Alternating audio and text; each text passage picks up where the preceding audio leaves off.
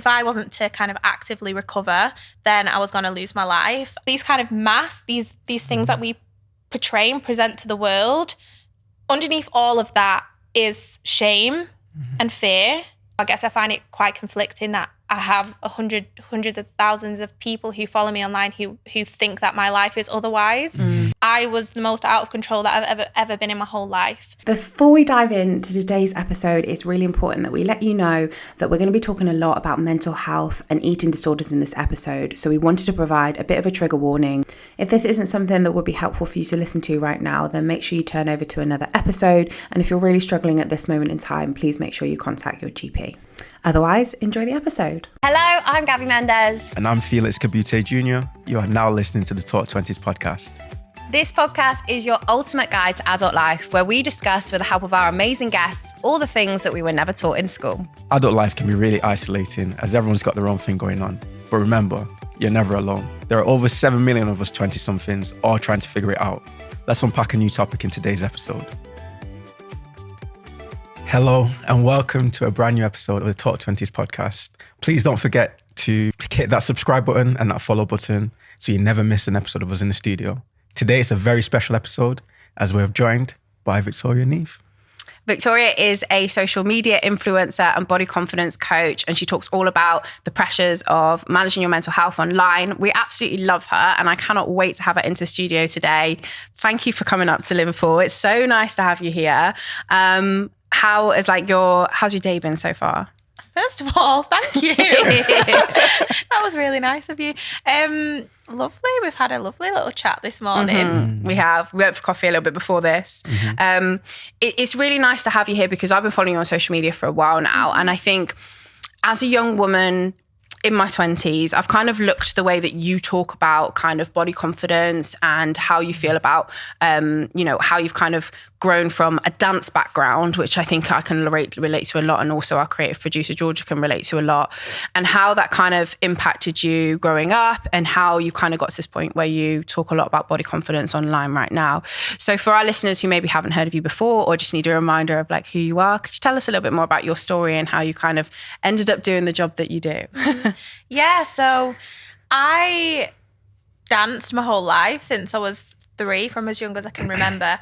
And when I was about 11 or 13, I decided that was what I wanted to do with the rest of my life. And I started to train a lot more intensely. I auditioned for dance schools for younger children whilst I was still in school. So I was training very intensely as a kid. And then when I was 16, I went to dance college. And I always remember feeling relatively confident in myself, whether it was real confidence or whether it was like a projection of confidence, because you, as a dancer, you probably know, or being in performing arts, you learn how to put on a mask and put on a show. And it wasn't until I was 18, so I was in my second year going into third year, that I decided I just wanted to kind of look better. I was such a perfectionist, and I felt like I'd perfected my dance to the level that I thought I could be. And then the next thing I needed to perfect was my image. And that just completely took a turn for the worse. And within, I think it was about 3 to 4 months, I was diagnosed with anorexia, orthorexia, which is the obsession with clean eating, and depression. And I struggled with that for quite a long time.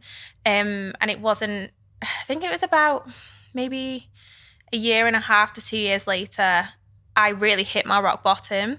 And I was told by my doctors that if I wasn't to get better, if I wasn't to kind of actively recover, then I was going to lose my life. And it was at that point where I was like, what am I doing? Like, I've done this to be the best dancer that I can be, to get the jobs that I want to get. Yet I've put myself in a position where I wasn't allowed to go to college anymore. I'd completely shrunk my whole life to my house because I wasn't allowed to leave the house. Like, my parents wouldn't let me go out or do anything because I was so sick. And I realized that this wasn't a life. And like, I think everybody has a kind of like a soul. And I had such a fire in my soul. And I genuinely believe that that was the only way and like the reason that I was able to recover. And that was when I made the choice. Like, I think when it comes to eating disorders or any kind of mental health struggles that people go through, you don't choose to have them, but you have to choose to actively recover from them. And that was at the stage of my life where I chose to recover. And it was when I started my recovery that I started my social media platform. And at first I started the platform because I needed help. Like, I needed to be able to relate to other people, because at that time in my life, I completely isolated myself from anybody who I actually knew in real life. And I just didn't want to talk to anyone about what I was going through, because I didn't think anyone was going to get it. And I found people on social media who were in recovery from eating disorders or had mental health struggles. And it's kind of crazy that the people who had the biggest impact on my recovery were strangers who I don't speak to now, but they really did play a huge role in my recovery. And when I was kind of physically better, because it was anorexia that I had, but still mentally struggling, I started with this personal trainer, and he introduced me to personal development. And I genuinely think it was discovering personal development and really understanding and recognizing who I was. That was the thing that really helped me recover. A lot of people who struggle with eating disorders, they think if I just get to the if I get physically better, then I'm recovered. But no, I genuinely think there's like two sides of recovery for an eating disorder. There's like the healing of the body, whether that's, having to gain weight or having to just heal the way that you view yourself. And then there's like the mental side of it. It's the mental side that's the hardest. So yeah, I've done a few things on my social media. My social media's continued to grow with me. But my biggest passion right now is a company that I have called the Glow Up Project. And my biggest mission with that company is to empower women to see that the real glow up is an inside job, and to do the inner work, to understand what your image of yourself and your opinion of yourself is, and start to change that into a way that aligns with the woman who you want to be and that aligns with your higher self. So yeah, it's been a crazy journey. And I guess I thought I'd be on a stage dancing somewhere right now, but I've taken a complete detour with my life, and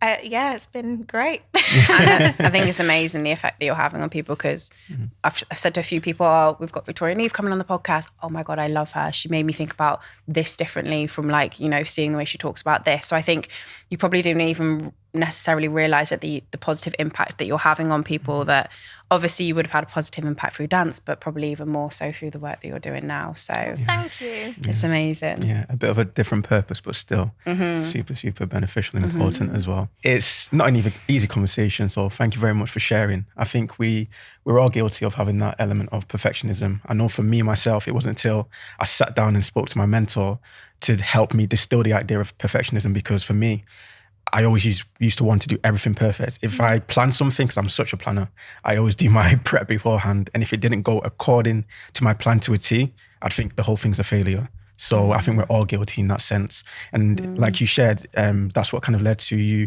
developing anorexia, orthorexia and depression. I think for our listeners who may be going through the same thing as well, would you be able to talk on that a little bit more? So I thought the reason why I developed an eating disorder and struggled with my mental health was purely because of the dance world, and purely because I just wanted to have a better body to get the jobs that I wanted. And it wasn't until I started my recovery and I started to cooperate with my therapists and like coaches that I realized that actually it wasn't dance. Like, that was surface level. The actual problem was things that were going on in my life that I just completely overlooked and completely dismissed, because I was always that person growing up who everybody would maybe describe me as strong, because they would all come to me with their problems and I would give advice. And I still am that person. Like, you can't, I'm the worst for people coming to me to just listen. If somebody brings me a problem, I need to fix it for them. Like I will sit there, and I've got like my best friend at the minute, she's looking for a wedding dress. She's getting married, and I will sit there in all of my spare time and I will just look for wedding dresses and because I want to fix her problem. But obviously I would receive other people's like deeper problems too, but I would never go to anybody with mine. And I would go through things like, I remember one time over Christmas, like my granddad died one year, and when we came back to school, we was taking my friend to school. My friend said, "Oh, how was your Christmas?" And I was like, "Oh yeah, it was good. It was really nice." My mum said, "No, it wasn't. Like your granddad died. So you literally just cried for 2 weeks and then you had the funeral. Like you did not have a good Christmas." And I think I really remember that. And I just feel like, whoa, I've been doing that from such a young age. Yeah. But right before my eating disorder started, I had experienced some things at home and I completely pushed them down. And it wasn't until I was in my recovery and I was working with my therapist that I recognized, oh, like maybe there was probably a number of things, but maybe that thing happened and that was like the catalyst for my eating disorder. And while everything presented on the outside as, you know, because people always say to me, "Oh, is it because of dance?" And no, it's not. It's because I was so out of control of something in my life that I needed something to control. And the one thing I could control was my body. So if I could be perfect at dance, if I could be perfect in my appearance, then of course I would be in control of everything and then my life would feel okay. I would be happier. But in reality, if you don't heal what you're going through, it's only going to come back in ways where, you know, the thing with an eating disorder is, and any kind of mental health struggle is, it kind of leads us to believe that we are completely in control when I was the most out of control that I've ever been in my whole life. And so, yeah, I think when it comes to any level of, whether it's perfectionism, whether it's people pleasing, whether it's, you know, these kind of these things that we portray and present to the world, underneath all of that is shame and fear. And then the root of those things are trauma. And like the word trauma, a lot of people run away from because they think trauma is like these huge things that happen, you know, whether it's like deaths or abuse and things like that. Whereas trauma is anything that kind of where our needs weren't met at the time and when we felt fearful and we felt completely out of control of a situation. And so going back and recognizing and really trying to understand your trauma, which is a really hard thing to do, is genuinely, I believe, the only way to fully heal and recover from perfectionism and things like that. I think it's really interesting there because you talk a lot about kind of how, well, you talked earlier about how self-development has kind of come into that. And then obviously you've had like therapy along the way as well. How important has those two developments in your life, you know, speaking to a therapist and trying to understand the elements of trauma and then bringing in more of the self-development side of things, how has that kind of like positively influenced your life over the past few years? It's changed my life. Yeah. Changed my life. I know... I don't know if I would have fully recovered had I not discovered personal development. In the first early years of my recovery, I don't think therapy itself would have worked because I didn't have the awareness to go through therapy. I just used to think, why am I going to sit here and just chat to someone who I don't know? And by understanding like personal development and understanding myself, understanding my values, understanding what I believe in, understanding my self-image, that then helped me understand why I would go to therapy. And in turn, I think we spend a lot of our lives, especially on social media, painting pictures that are maybe so far from our reality that we can get so lost in those things and we lose who we are and what we want. And I think when you have the courage, because it's hard to do the self-exploring, it's quite confronting. When you find the courage to do those things, it can seriously liberate you.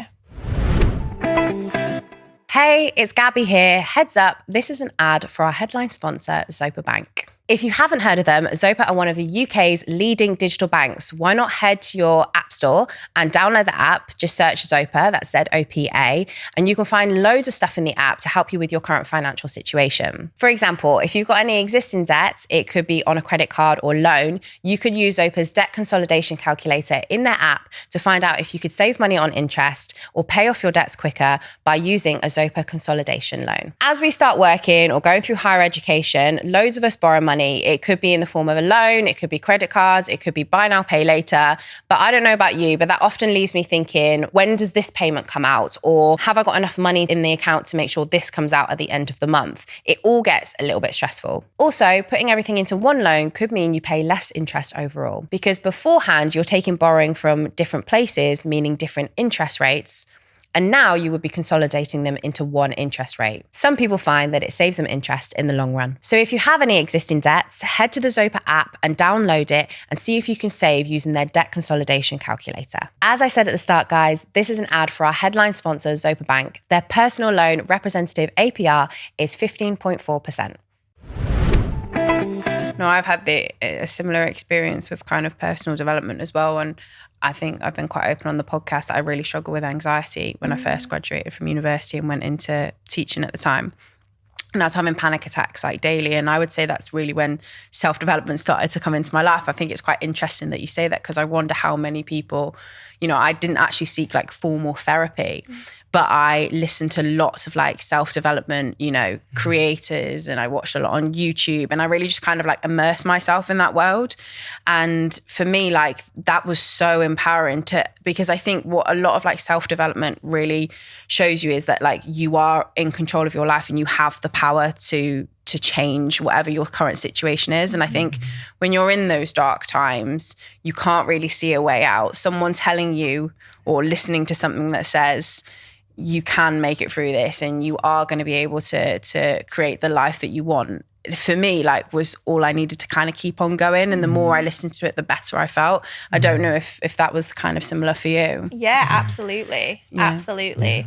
Yeah. Like at my kind of door to personal development was literally this one American life coach. And I just used to watch his videos on repeat. And I think when I was like 21, maybe 20, I asked my parents for Christmas if they could pay for me to go. He did a tour, I guess a world tour, if he could pay for me to go to one of his seminar things. And this one life coach literally just like blew my mind open. It's crazy. It's crazy how relatable that one seminar you went to probably related so much to you as well. Yeah. Like just at that moment. But I've always been a massive advocate of personal development, working on yourself. Because I always say, before you make sense of this world, before you make sense of the environment, make sense of yourself. Love that. Yeah. So to see how before you navigate, you need to understand yourself. And like yourself, like Gaby, I can also really resonate and say I went through that phase of feeling lost. I think especially when I lost like my graduate jobs, COVID as well, that was a whole nother thing to try make sense of. That's the point where I felt really lost. But it really took, again, finding out who am I, who's Felix, who's Gaby, who's Victoria, you know, to really be able to move forward. Because there was times where I felt like, I'm not going anywhere right now. Just literally stuck. Yeah, and I love that you say that, because so I have a membership platform, which is where I coach women in groups, and some of them will come to me and say, I've done all of this learning, I've done all of this kind of growth, why am I still struggling with this, or why am I now struggling with this? And I have to remind them, and I always have to remind myself as well, that my friend always describes it like this, like we are like onions and we have layers. And the more that so when you start to work on yourself and you start to understand yourself, you're going to then open yourself up to new opportunities. Yes. And those opportunities are going to require growth. And so stepping into those opportunities, you're going to then open yourself up to new fears and new insecurities that you didn't know you had. And as you do those things, you're always going to be opening up more and more and more. So the growth and like the healing and the learning about yourself, it never stops. Definitely. It's so I true. mean, it's so true, the onion analogy. Like, I mean, by the time that you're old, you just end up like a little shriveled inside bit of an onion. That's a good thing though, But right? it's true. Like, I think, you're never done. But often I think probably the first layer is probably the hardest because maybe then you get into like a little bit of a routine where you're used to opening up about your emotions and you're better at having like conversations and stuff like that. And then whilst it's still hard and it's still very confronting, I think the first step is often the hardest when you start to like open up and really go, right, I'm really going to work on myself. And, you know, for our listeners right now, there might be many people like tuning in who also feel very conscious about their body image. And I know we've talked a lot about mental health, self-development and stuff like that. But I think the body image side of things is really kind of important, especially in your 20s, because when we're teenagers and then we're growing into our adult bodies, like that can often feel quite overwhelming. I know I've got close friends and stuff like that, and they've always been like really petite, and then they've kind of grown into a lot of people say like the freshest stone, or they've grown into adult bodies and they've put on weight and they're like, but I've just been doing the same. Like I've just been eating the same. And it's like, it can feel like quite a transformative time. And I think for our listeners right now, like when you talk a lot about body image on your platform, what are your key things and your key messages that you always share to people who are really struggling with their body image at this moment in time? Okay, so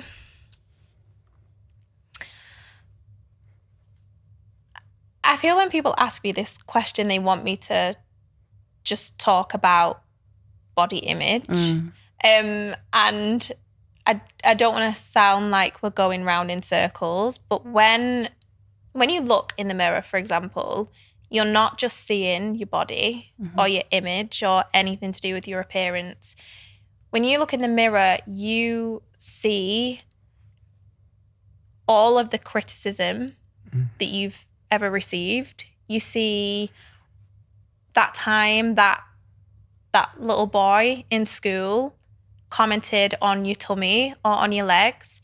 You see the times when you've failed. You see the times when you've, especially as a woman and I guess as a man as well, when you open a magazine and your body doesn't look like that body the magazine says is perfect. You see all of those things and you develop that comparison, and you understand that you are not, or you feel like you're not enough. And so when it comes to body image and the way that you view yourself, you have to understand what else you're seeing when you're looking in the mirror. And it's not until you start to heal and work through those things. And I think the easiest, most simple way to do that is by journaling. Like what can I remember, like somebody saying to me that's negative? Write everything down. When are the times that I've failed that I can still recognize that are getting in the way of me kind of moving forwards in life? What are some of my negative thoughts and beliefs about myself and my life? And recognizing those things, because it's not until you can work through but also accept those things that you can then be able to look at yourself and look at your image and start to accept what you see. Like, I genuinely wish I could just say, it's not as simple as just looking in the mirror and just saying, oh, just love yourself, just accept yourself.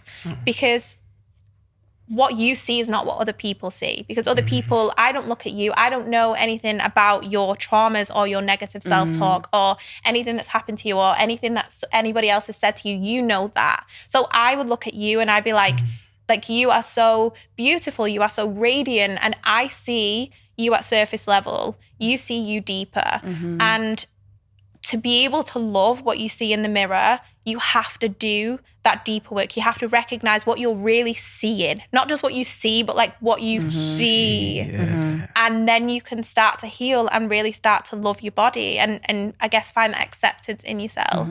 But if you want an answer that's more along the lines of like, I guess, just kind of more body focused, I think you have to remind yourself that like you are more than a body, and whatever your body looks like, cannot dictate or change your worth or value as a person.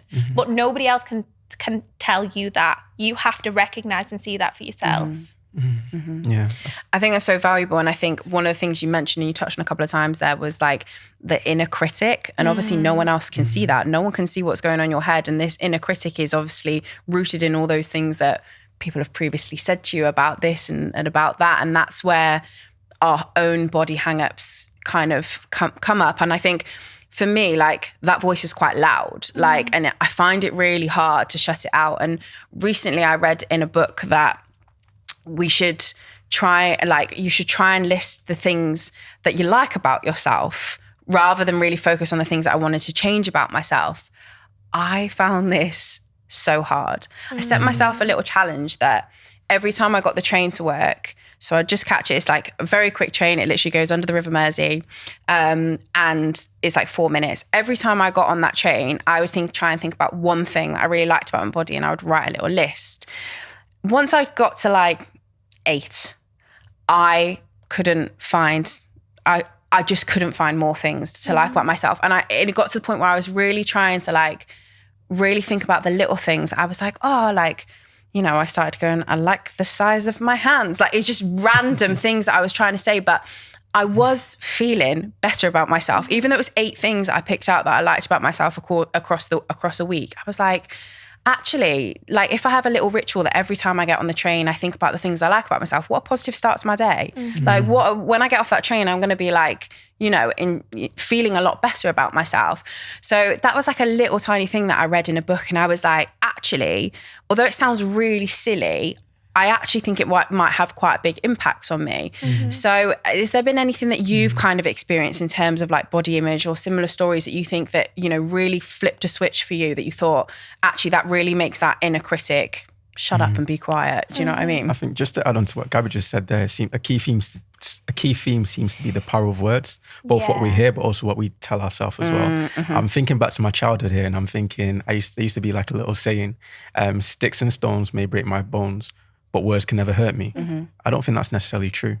You know what I'm saying? Like the words seem to have more of an impact, both of what we hear, but also what we tell ourselves as well, just as Gaby was sharing there. And I think that links in to the question she asked you there. So just wanted to add that in. Yeah, definitely. So something that I teach when I host my workshops and my events is the concept of self-image. So you can highlight what your own self-image is by just asking yourself, what is the opinion that I have of myself? And what I often get everybody to do is answer that and answer it with I am statements. So I would have, you know, people would say, I am messy, I'm unorganized, I'm fat, I'm ugly, I'm this, I'm that. Okay. And I would help them see that those I am statements are often born from ages 0 to 8, from other people, what other people would say to us or what we heard other people say. And then they come from things like your failures, but also your triumphs. Like everybody will have positive I am statements as well, but we focus on the kind of negative ones that are holding us back from being who we want to be. So recognizing what your inner critic is, what they're actually saying, and getting really crystal clear on that. And then the only way we can start to really change that is through visualization. So when we are children, we are so curious and we allow ourselves to dream. But when we get into adulthood, we allow those dreams to be taken over by the fear of the past and fear of failure. So we allow ourselves to dream to a certain point, but then we remember, oh, but I can't do that because I failed at that thing, or that didn't work out for me. So maybe this opportunity isn't open for me, or maybe it's what you've seen your parents do, or, somebody who you respect. So then we have to do visualization, where we allow ourselves to really sit back and allow our subconscious to take us to a place that might seem so far away from how we currently feel. And I genuinely think visualization is one of the most powerful things in the whole world. Like, I know in this context, visualization, just kind of, I guess, visualizing the way that you want to see your body, visualizing the way that you want to see yourself. But I know a lot of athletes, they believe that visualization is 70% of the reason why they win or the reason why they shoot the shot or the reason why they score the goal. They will sit and visualize. So if you can allow yourself to visualize, and then you're allowing your brain to go there. So I'll take people into a really deep visualization. We really get into that subconscious and start to create these new pathways in our brain. So when we come out of that, even if you don't believe who you are now aligns with the new I am statements of I am powerful, I am strong, I am beautiful, I am worthy, I am a powerful fucking queen. Like, even if your current self does not align with those beliefs, your higher self or the person who you want to be will align with those beliefs. But you can't get to that person if you still believe in the old things. So that's how the power of like affirmation or saying nice things to yourself really works, because when you start to say those things to yourself, you then start to show up as that person. You then start to act as that person. Okay, if I was somebody who felt really confident in my body and in my skin, what would I wear? So I would wear this, I would wear this. How would I act? What would I say to people? And the more that you start stepping into that person, the more you start to become her. 100%. So true. That's total. So true. Total sense. So true. That was powerful. I was really, I feel empowered about that. But yeah, so we spoke a lot about the content of our other content pillars, as yourself being a great ambassador for well-being, for career, for culture as well, everything that you've shared in your story so far. But we've not really spoke about finances yet, which is another one of our key content pillars. And I'm just wondering, would you say your mental health and finances are more interlinked? And how would you say one affects the other? Oh, wow. I know in my early 20s, I always knew that I wanted to have a life where I was kind of financially free. That didn't mean that I wanted to be like a multi-millionaire. Not saying I don't want it, universe, if that's what you want to bring to me. But my goal was to not have to check my bank account. To not have to worry about things. Yeah. Even though I feel like that's a healthy thing to do to anybody listening, but to feel like you don't have to. Yeah. But I never felt deserving of making money. And there were so many opportunities in my early 20s that I basically turned down and recognized through doing the work on myself and working on my relationship with money that I realized it was because I felt uncomfortable making a lot of money because I didn't feel like I was deserving of it.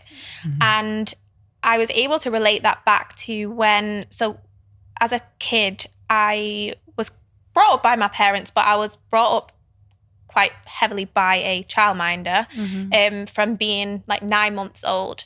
And there was a huge difference between, I guess, like the financial situations between my childminder, or maybe posh people would call this person a nanny, maybe, but we called her a childminder. And my parents, like my parents weren't massively wealthy or anything, but we had money, we could go on holidays, we could do nice things. My childminder was not like that, you know.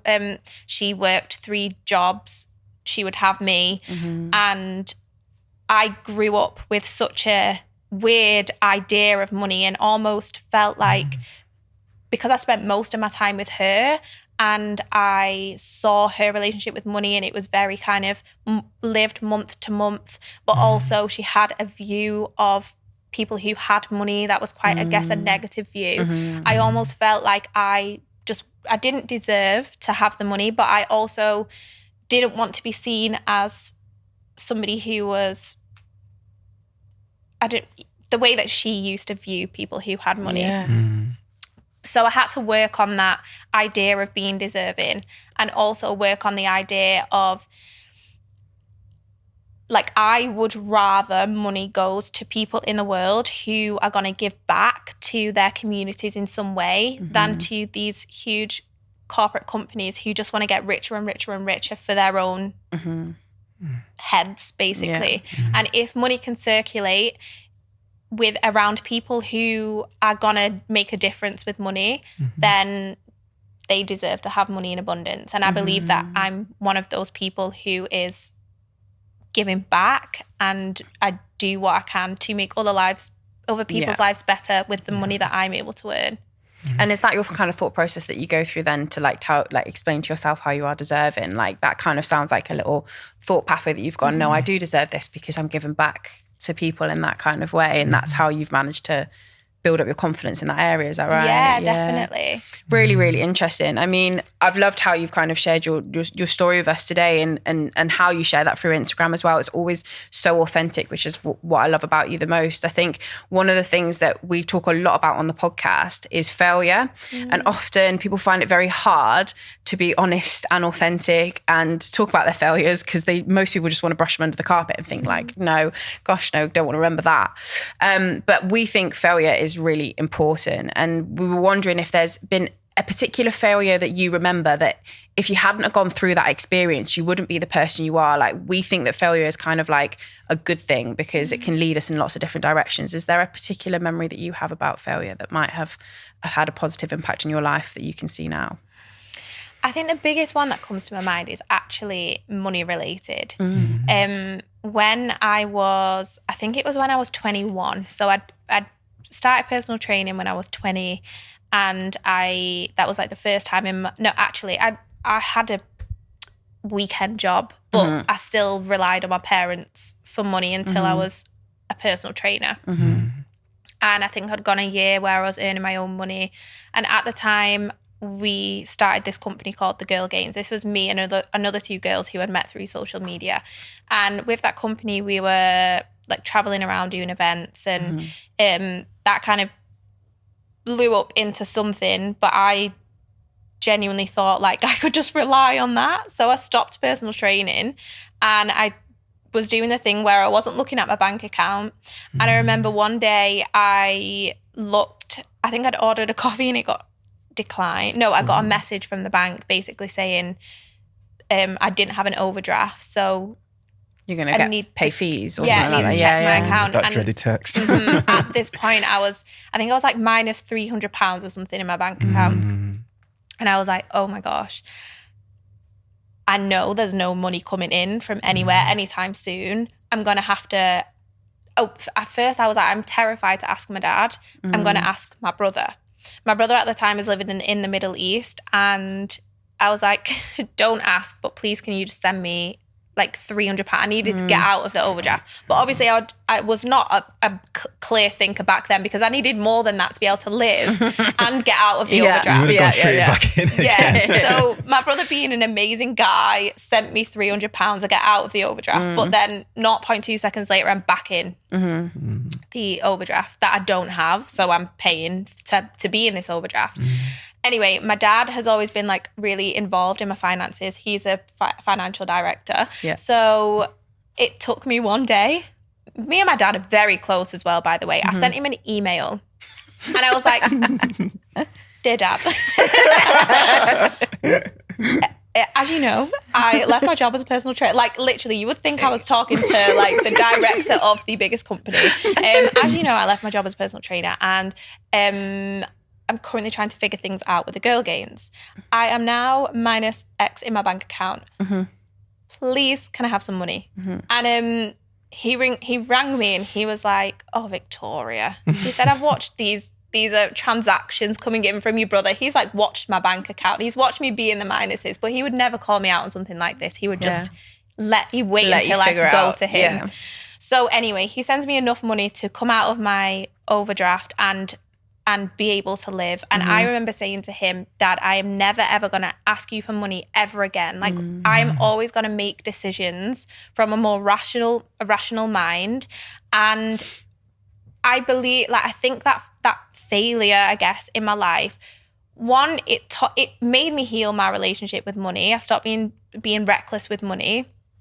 It also taught me to work really, really hard, because I knew that I never wanted to ask him for money again. I think there's like so many opportunities and so many things that I've created for myself in my life that I guess have been out of fear from ever being in that position again. So yeah, that was probably one of them, like a real shameful experience, I guess. Thank you for sharing. Yeah, thank you for sharing. I think we can. I think we can all relate. Yeah, definitely all relate. And it's crazy that money is perhaps a measurement of success and failure as well. It's not always just like how well you do in your career, but also your financial situation at the time as well. But yeah, thank you for very honestly sharing. And no one's perfect. We're all going through something all the time. Let's look at the present time. Would you say there's anything that you are currently working on, improving, or anything that you feel as if is holding you back and you'd like to work on? Yeah, I think the biggest thing that I'm currently working on is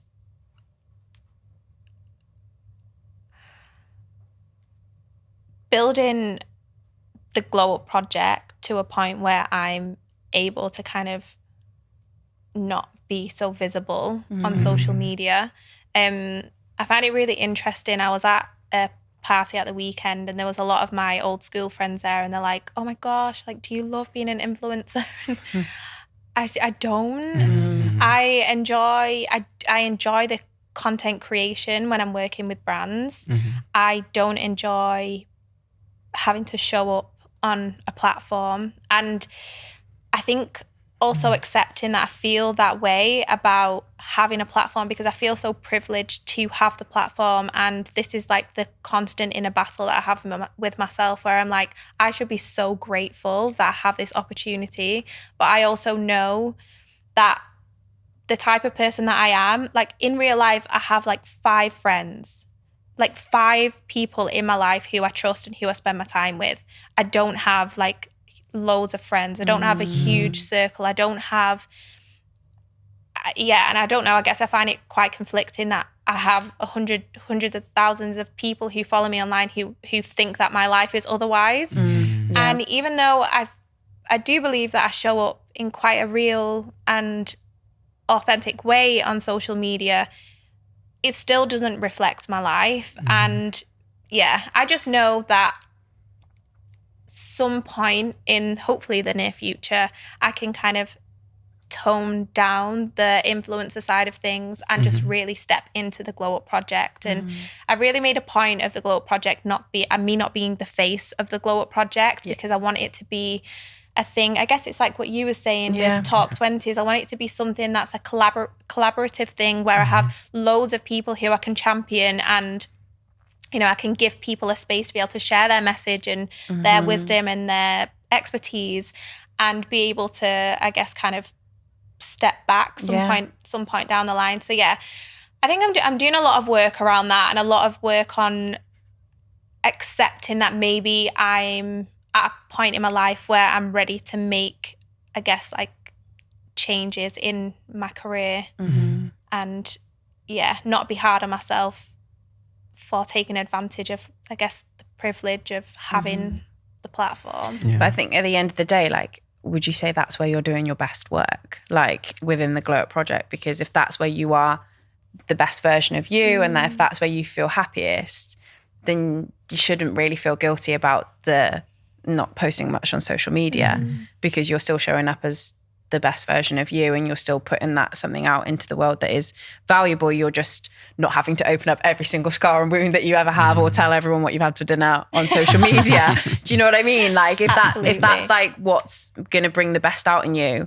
then I think you should go for that. And I bet you if we had a whole room of influencers, I bet you a lot of them would say the exact same as what you've just said about how hard it is to like show your life online and really be authentic all the time. And because you can never really be truly authentic, like, you know, unless we literally follow. And like even the Kardashians, they get followed around everywhere, but still they edit out the best pictures, they pick out the best things, they choose the clips and stuff like that. No one is really like, a lot of what we see on social media is just a facade. So I can relate wholeheartedly. We only show a glimpse of our lives on social media, and often it's the best bit. It's not always the case sometimes, right? Well, thank you so much for coming on the podcast. It's been amazing chatting to you, and I think our listeners are going to love this episode just because of, you know, all the tips that you've given, but also the experiences that you've had. You know, I think, you know, you talk very openly about that, and it's been really interesting to hear like how your 20s has really like, you know, you've been catapulted into this industry and social media and stuff like that, but how clear, you know, the way you speak about mental health and self-development is really, I need you on repeat. Like, I'm going to put you listen to a podcast constantly. But I think one of the things we really try and look back on is like Victoria in her early 20s. And if you were to look back at 20-year-old Victoria and give her just one piece of advice that you would hope would see her through her 20s, what would you say to her? Oh, I think, as you said, my 20s have seen some of the worst, most like harrowing parts of my life, but they've also seen the most liberating and freeing and fulfilling parts of my life. So I think what I would say to younger Vic, and I guess to other people who are in the early 20s, is to, like, if you're going through hell, keep going, because experiencing all of life, like the hard things and the really incredible things, are all parts of being human and all parts of being alive. And yeah, I think it's very easy to dismiss and get into a real hole when we're experiencing things like poor mental health or we're going through bad times. Like 20s are full of really, are you allowed to swear? I think I've already sworn, but like really fucking up. Like you are going to mess up to the high heavens, but you're also going to learn from those things and you're going to experience some of the best things of your entire life. And just know that everything has an end and you're going to get through it, but also feel it all. Like feel the depression, feel the sadness, because when you can open yourself up to those feelings, you can also open yourself up to liberation and freedom. So yeah, it would be like feel it all so you could really be alive. Yeah. They say you're always working towards a destination, but along the way, embrace the journey, because that's when you'll experience and feel a lot of the things. Because often when you get to the end, once you get to your destination, the feeling often isn't that great, but then it's what the memories you've built up along the way is what stays with you. Yeah. Thank you, Vic. It's been so lovely to chat to you and have you on the podcast. I really appreciate you coming in. Thank you so much. Thank you for having me. A big thank you to you, yes you, for tuning into this episode of the Talk Twenties podcast. We hope it inspired you in some way and popped a little pep in your step for this week. Make sure you subscribe, leave a review, and share this episode with a friend. It means a lot to us to have your support. We also love hearing your stories and suggestions. You can reach out to us on all socials by searching @Talk20s. Lastly, before we go, our website, talk20s.com, is the hub for all things 20-somethings. Go check out, my people. Have a great week, and we'll see you next time.